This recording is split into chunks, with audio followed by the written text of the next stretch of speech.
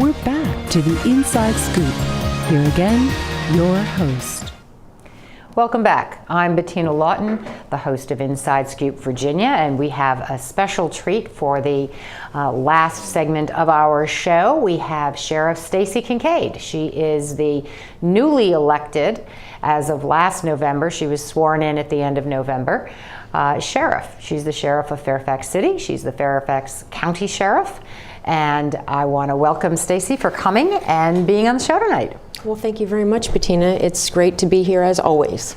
Well, I wanted to ask you, it's been about 60 days. So how has it been? You were a captain. You sort of leapfrogged up to become the sheriff with a very exciting campaign that you ran. You won decisively against 3 other male opponents. So what's it been like for the first 60 days? It's been great. It really has been an experience and an opportunity to push forward a lot of initiatives that I wanted to do, and I think I have a lot of support. I know I have a lot of support from the rest of our staff as well. Has anything surprised you? You know, not really. I've been with the agency for starting my 27th year, and one thing that has surfaced is the amount of interest that has been generated throughout the county and throughout the contacts and people that I've met while I was campaigning. Well, I did see that you were in the Washingtonian, which I thought was pretty funny. The who should you have lunch with in Virginia article, and there you were, and I was like, oh my God, I've had lunch with her. Isn't this so cool? That was pretty cool. I was surprised myself because I really didn't have too much of an idea what was going to be in the Washingtonian.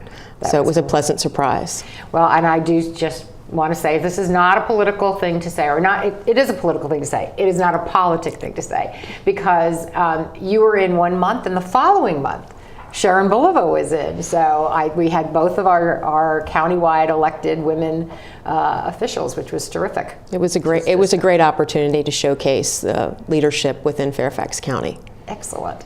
So when you were running, you said you were going to try and do a couple of things. One of the things that you talked about a lot was Project Lifesaver. Now, can you explain what it is for those people who have not heard you talk about it before, and then tell us what your plans are now that you're sheriff? Well, our Project Lifesaver program is a program which is composed of deputy sheriffs as well as volunteers that we have, civilian staff, that are responsible for our clients. Our clients consist of young folks that are autistic up through seniors who may have dementia or Alzheimer's. And we place a bracelet on them, and then they are followed through a GPS tracking system and technology should they wander away from their homes or wherever, their schools or wherever they may be. So is this open to anybody in Fairfax County? If you have somebody in your family who wanders, is that the idea, is you can track the folks down and they don't stay lost? Good question. Yes, it is open up to any resident in Fairfax County. Our challenge is, you know, obviously staffing as well as equipment, because we rely on donations and fundraising in order to buy the equipment that we need for the program. So this is all contribution based? There's no budgeted item for this? There's nothing budgeted for our Project Lifesaver program. I have asked for a position for a Project Lifesaver coordinator because currently the program's managed by 2 full-time lieutenants that have other responsibilities. But we managed to work well with them, and of course the deputy sheriffs and the civilian staff that volunteer, we make the program work. So you've got about 40 people. Do you know how many other folks want to be on the list but can't? I would say at least 40 other that I know of. Once the other part is marketing this program and letting folks know that it's available, then of course that opens up the window for lots of other people. And again, to have them on a waiting list, our goal is to not have anybody on a waiting list. Well, it is the kind of thing I would think there would be a lot of interest. I didn't know until you were running for office about this, and we certainly hear a lot in the educational realm about how many autistic children there are, and then of course with the aging of the Fairfax population, I would think I may need to get on that list. I mean, we'll put you on now, so by the time you get there, we'll have you. I'll be ready. Right. Oh, good. I'll be up to the #1 slot when I need to be there. That would be good. That would be good. Well, let me ask about reserve deputy sheriffs, are they involved with Project Lifesaver? Because you had talked about redoing your reserve deputy sheriff program. How is that going forward? We are reevaluating and reinstituting a program where we're going to only have one category of reserve deputy sheriffs. And they are going to receive the training that we're going to provide at our Public Safety Academy, or in a venue that we're authorized to promote and provide training. And it's going to be opened up. We're going to have a process, and with the hopes that these folks that become part of our program are able to help us conduct battery changes and go visit, homes and of that, do what we have to do for this program. Well, what does somebody have to be? What are the qualifications to get into the reserve deputy program? Is this you've got to have graduated from high school, and you can't be a felon, and or what are they? What do you have to do? You have to be at least 21 years of age, a high school graduate or an equivalent of. Obviously, we do a background check, run a criminal history, and there's additional background information that is going to be conducted through our special projects coordinator. So there will be other expectations along with that as far as a commitment of time. Again, we don't ask for a whole lot of time. I believe that it's going to be about 8 hours a month.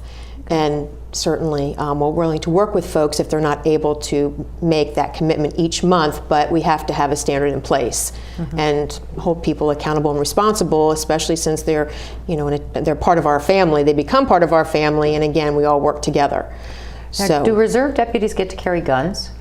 Not anymore. We did have a reserve deputy program. We called them Reserve Deputy 2s, and they were the retired law enforcement officers that were able to still maintain their law enforcement credentials and certification.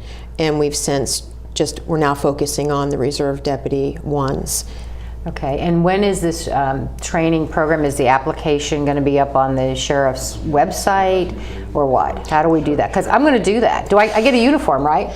You get a uniform. Okay. If you pass a background check and a couple other. I can pass a background check. Okay. I think. And but we're going to have something on our website. Okay. People can check our website, but also on our sheriff's page, where we will have information listed. Currently, that information has been taken down because we're re-establishing the program. Okay. So all that information will be available, and maybe when I come back to visit, it'll be something that we already have in place and people that are interested can sign up for.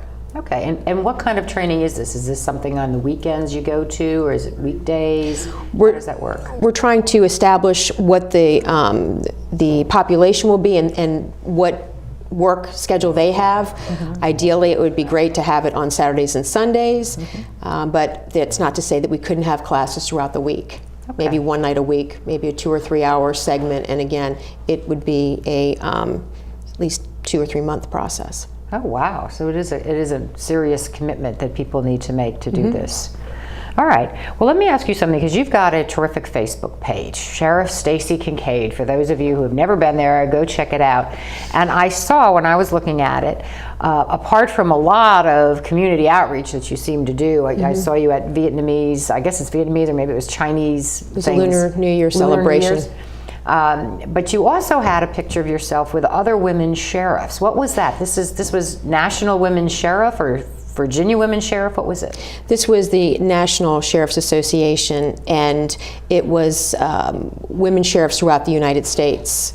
So there was myself and Sheriff Arthur, who from Arlington County Sheriff's Office, and then we had other sheriffs that were from Dallas and from, I guess, Pennsylvania, Florida, and 2 other jurisdictions in Dallas. So how many are there countywide? How many of there are you? Or countrywide, I'm sorry. In the United States, there's approximately 40 women sheriffs. Oh, that's not very many. It's not, we're, I think 1% of the total is what I was told.